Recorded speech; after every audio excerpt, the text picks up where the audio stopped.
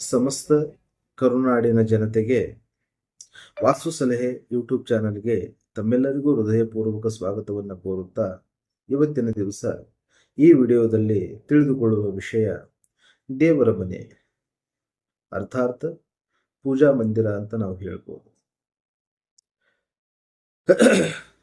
ವಿಶೇಷವಾಗಿ ಆದಿ ಪುರಾತನ ಕಾಲದಿಂದಲೂ ಕೂಡ ಧರ್ಮ ಮತ್ತು ದೇವರಲ್ಲಿ ನಮ್ಮ ಪುರಾತನದಿಂದನೂ ನಮ್ಮ ಜನರಿಗೆ ಬಹಳಷ್ಟು ನಂಬಿಕೆ ಮತ್ತು ಶ್ರದ್ಧೆ, ಹಾಗೆ ಅದು ನಮ್ಮ ಬಾಳಿನ ಮೂಲ ಉದ್ದೇಶ ಅಂತಲೂ ಹೇಳ್ಬೋದು ನಾವು. ಹಾಗಾಗಿ ನಾವು ಆಸ್ತಿಕ ಪರಂಪರೆಯಲ್ಲಿ ಬಂದಿರುವಂತಹ ಸಂಪ್ರದಾಯಸ್ಥರು. ಹೀಗಾಗಿ ನೂತನವಾಗಿ ನಿರ್ಮಿಸುವ ಈ ಗ್ರಹಗಳಲ್ಲಿ ದೇವರ ಮನೆಯನ್ನು ಉತ್ತರದ ಈಶಾನ್ಯ ಮತ್ತು ಉತ್ತರ ಮತ್ತು ಇಲ್ಲವೇ ಪೂರ್ವದ ಈಶಾನ್ಯದಲ್ಲಿ ಸ್ಥಾಪಿಸುವುದು ವಾಡಿಕೆ. ಏಕೆಂದರೆ ಇಲ್ಲಿ ಜ್ಞಾನಕಾರಕ ಮತ್ತು ಮೋಕ್ಷಕಾರಕ ಗುರುವಿನ ಈ ಸ್ಥಳವಿದು. ಹಾಗಾಗಿ ಇದಕ್ಕೆ ಇಲ್ಲಿ ಕೇತುವು ಇಲ್ಲೇ ಇರುತ್ತಾರೆ.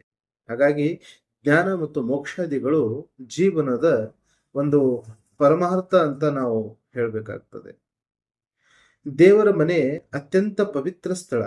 ಇದಕ್ಕೆ ದೇವಾಲಯ ಅಂತನೂ ಸಹ ಕರೆಯುತ್ತಾರೆ. ಹಾಗಾಗಿ ಆತ್ಮಜ್ಞಾನಕ್ಕೆ ಸಂಬಂಧಿಸಿದ ಆಲಯಕ್ಕೆ ಆಧ್ಯಾತ್ಮಿಕ ಅಂತ ನಾವು ಹೇಳ್ತೇವೆ.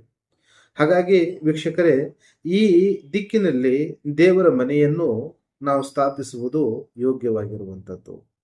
ದೇವರ ಮಂದಿರವು ಈಶಾನ್ಯವನ್ನು ನೋಡುವಂತಿದ್ದರೆ ಬಹಳ ಶ್ರೇಷ್ಠವಾಗಿರುವಂಥದ್ದು ಫಲ ಆ ಗೃಹವಾಸಿಗಳಿಗೆ ಸಿಗ್ತದೆ. ಹಾಗಾಗಿ ಇದು ಪೂರ್ವ ಈಶಾನ್ಯ ಮತ್ತು ಈಶಾನ್ಯ, ಉತ್ತರ ಈಶಾನ್ಯ ಇವು ಉಚ್ಚ ಸ್ಥಾನವಾಗಿರುವಂಥದ್ದು, ಯೋಗಕಾರಕವಾಗಿರುತ್ತದೆ. ಹಾಗಾಗಿ ಮನೆಯಲ್ಲಿ ಇನ್ನೂ ಒಂದು ಸ್ಥಾನ ನಾವು ಪೂಜಾ ಮಂದಿರಕ್ಕೆ ಸ್ಥಾಪಿಸುವುದಾದರೆ ಆ ಬ್ರಹ್ಮಸ್ಥಾನದಲ್ಲಿಯೂ ಸುಧಾ ನಾವು ಪೂಜಾ ಮಂದಿರವನ್ನು ನಾವು ಸ್ಥಾಪಿಸುತ್ತೇವೆ.